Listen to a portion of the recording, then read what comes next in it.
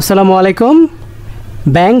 Banker and banking চ্যানেলের পক্ষ থেকে চেক ডিজনার বিষয়ক সিরিজ ভিডিওতে আপনাকে স্বাগতম জানাচ্ছি। আজকের ভিডিওতে আমরা জানব শুধু কি তহবিল অপর্যাপ্ত হলেই চেক ডিজনার হবে এবং মামলা করা যাবে। আমি জানি আপনাদের অনেকের মধ্যেই কনফিউশন আছে, আপনারা অনেকেই এর ভুলভাল উত্তর দিবেন। সো আপনাকে ইনভাইট করছি আমার ভিডিওটি শেষ পর্যন্ত দেখুন। যদি শেষ পর্যন্ত দেখেন তাহলে আমি আপনাকে শতভাগ নিশ্চয়তা দিচ্ছি আপনার মাঝে যত রকমের কনফিউশন আছে তা দূর হয়ে যাবে ইনশাআল্লাহ। তবে তার আগে যথারীতি আপনাকে অনুরোধ করছি, আপনি যদি আমার চ্যানেলের নতুন ভিউয়ার হয়ে থাকেন কিংবা পুরনো ভিউয়ার হলেও এখনও চ্যানেলটি সাবস্ক্রাইব করেননি, প্লিজ চ্যানেলটি সাবস্ক্রাইব করুন এবং ভিডিওটি আপনার পরিচিতজন সবার সাথে শেয়ার করুন। আমাদের মাঝে অনেকে আছেন যারা মনে করেন যে শুধুমাত্র তহবিল অপর্যাপ্ত হলেই একটি চেক ডিজনার হয় এবং সেটি শাস্তিযোগ্য অপরাধ হিসেবে গণ্য হয়। কিন্তু প্রকৃতপক্ষে পর্যাপ্ত তহবিল থাকার পরেও একটি চেক অন্য একাধিক কারণে ডিজনার হতে পারে, যেমন signature differs, signature incomplete, payment stopped by drawer, account closed, advice not received ইত্যাদি। এখানে পরিষ্কার, এবং আপনাদের অনেকের কিন্তু এরকম অভিজ্ঞতা আছে যে আপনাকে একজন চেক দিয়ে সে চতুরতার সাথে ব্যাংক অ্যাকাউন্টটিকে ক্লোজ করে ফেলেছে, অথবা ব্যাংক যখন তাকে ওই চেকটির পেমেন্ট দেওয়ার জন্য তার অনুমতি চেয়ে ফোন করে তখন সে ডিনাই করে, যেটাকে আমরা বলি অ্যাডভাইস নট রিসিভড। আবার অনেক ক্ষেত্রে সে করে কি, থানায় গিয়ে একটা জিডি করে বলে যে অমুক চেকটি আমি হারিয়ে ফেলেছি, তখন এই জিডির কপি ব্যাংকে দিয়ে চেকটিকে স্টপ করে রাখে। সো এরকম যে কোনো কারণেই চেকটি ডিজনার হতে পারে। শুধুমাত্র তহবিল অপর্যাপ্ত হলেই যে একটি চেক ডিজনার হবে এরকম কোনো কথা আইনে বলা নাই। আইনে এই বিষয়গুলো একদম ডিটেইলস বলে নেই বলেই হয়তো আপনার মাঝে কনফিউশন তৈরি হচ্ছে, এবং সেই কনফিউশনগুলো দূর করার জন্যই কিন্তু আমি আছি আপনাদের সাথে।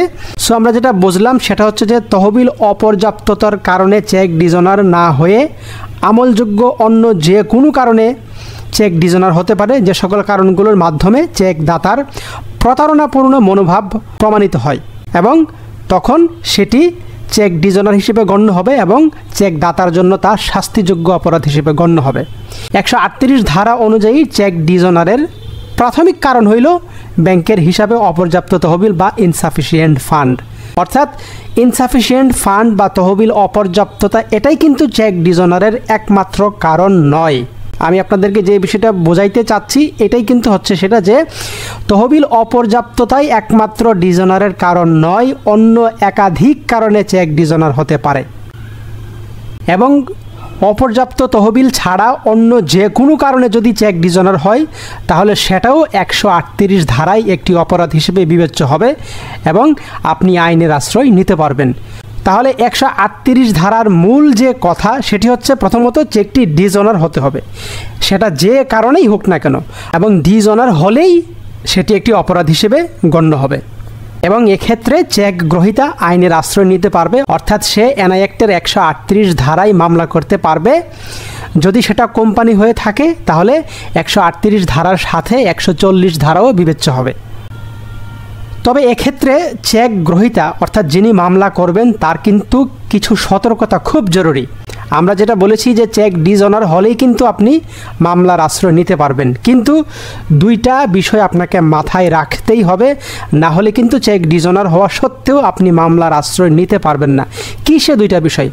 প্রথম কথা হচ্ছে আপনাকে চেকের মেয়াদ সম্পর্কে অবগত থাকতে হবে। চেকের মেয়াদ আমরা জানি যে 6 মাস, অথবা কিছু কিছু চেকের ক্ষেত্রে মেয়াদটা আরও কম বলা থাকে।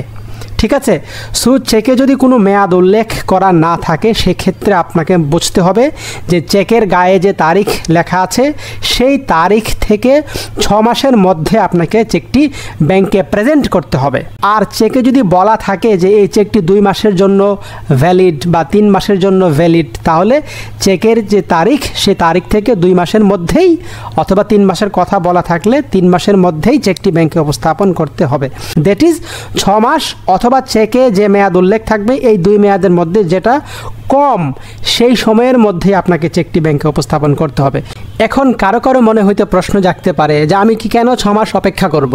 চেকের তারিখে বলা আছে যে 25শে জুলাই 2025, তাহলে আমি 20শে জুলাই 2025 চেকটাকে প্রেজেন্ট করে ফেলি, অর্থাৎ চেকে যে তারিখটা উল্লেখ করা আছে সে তারিখটা বা সে সময়টা আসার আগেই আমি চেকটা ব্যাংকে প্রেজেন্ট করে ফেলি। না, সেটা করলেও হবে না। আপনাকে চেকের মেয়াদ উত্তীর্ণ হওয়ার আগেই চেকটা প্রেজেন্ট করতে হবে। আবার চেকের যে তারিখ সে তারিখ আসার আগেই আপনি চেক ব্যাংকে প্রেজেন্ট করলে হবে না। আপনি যদি চেকে উল্লিখিত তারিখের আগেই চেকটি ব্যাংকে উপস্থাপন করেন সেক্ষেত্রে পরিশোধকারী ব্যাংক পোস্ট ডেটেড চেক বা অগ্রিম তারিখযুক্ত চেক বলে চেকটি প্রত্যাখ্যান করবে। অন্যদিকে চেকের মেয়াদ অতিবাহিত হয়ে গেলে ব্যাংক তখন চেকটিকে স্টেইল চেক বা মেয়াদোত্তীর্ণ চেক অথবা আরও ক্লিয়ার করে বললে বাসি চেক বলে প্রত্যাখ্যান করবে। এবং এই দুই ক্ষেত্রেই চেক গ্রহীতা হিসেবে আপনি কিন্তু 138 ধারায় কোনো আইনি প্রতিকার পাবেন না। অর্থাৎ এই দুই ক্ষেত্রেও কিন্তু চেক ডিজোনার হবে, কিন্তু এই ডিজোনার দিয়ে কিন্তু আপনি মামলার আশ্রয় নিতে পারবেন না, কারণ এক্ষেত্রে ভুলটা আপনার, কারণ আপনি সঠিক সময়ে চেকটি ব্যাংকে উপস্থাপন করেন নাই। অর্থাৎ নির্ধারিত তারিখ আসার আগেই উপস্থাপন করেছেন অথবা সময় অতিবাহিত হয়ে চেকটি বাসি হয়ে যাওয়ার পরে অথবা মেয়াদ উত্তীর্ণ হয়ে যাওয়ার পরে চেকটি উপস্থাপন করেছেন। এই দুই ক্ষেত্রে আপনি 138 ধারায় কোনো আইনি প্রতিকার পাবেন না। সো আজকের এই ভিডিও থেকে আমরা যা শিখলাম তার সারসংক্ষেপ হচ্ছে, তহবিল অপর্যাপ্ততার কারণ ছাড়াও অন্য যে কোনো কারণেই একটা চেক ডিজোনার হতে পারে এবং তা 138 ধারায় অপরাধ হিসেবে বিবেচ্য হবে এবং চেক গ্রহীতা 138 ধারায় মামলা দায়ের করতে পারবেন। তবে চেক গ্রহীতাকে চেকটি যথাসময়ে ব্যাংকে উপস্থাপন করতে হবে, এই বিষয়টি কিন্তু মাথায় রাখতে হবে। সম্মানিত ভিউয়ার, এতক্ষণ ধৈর্য এবং মনোযোগ সহকারে আমার এই ভিডিওটি দেখার জন্য, আমাকে সঙ্গ দেওয়ার জন্য আপনাকে অসংখ্য ধন্যবাদ এবং কৃতজ্ঞতা জানাচ্ছি। আশা করছি ভিডিওটি ভালো লেগেছে। ভালো লাগলে অবশ্যই ভিডিওটিতে লাইক দেবেন, কমেন্ট করে আপনার মন্তব্য, প্রতিক্রিয়া অথবা যে কোনো প্রশ্ন থাকলে প্রশ্ন করবেন। আমি আপনার প্রশ্নের উত্তর দেওয়ার, মন্তব্যের উত্তর দেওয়ার সাধ্যমতো চেষ্টা করব। আমার ব্যস্ততা এবং অক্ষমতাকে ক্ষমা সুন্দর দৃষ্টিতে দেখবেন। শেষ করার আগে আপনাকে যথারীতি আবারও অনুরোধ করছি, আপনি যদি এখনও চ্যানেলটি সাবস্ক্রাইব না করে থাকেন প্লিজ চ্যানেলটি সাবস্ক্রাইব করুন এবং ভিডিওটি সবার সাথে শেয়ার করুন, যাতে করে আপনার মতো অন্য সবার মাঝ থেকেই চেক ডিজোনার সংক্রান্ত কনফিউশন দূর হয়, সবাই যেন একটু উপকৃত হয়। পরবর্তী ভিডিওতে আপনার সাথে আবারও দেখা হবে, আবারও কথা হবে ইনশাল্লাহ। Till then take care. আসসালামু আলাইকুম।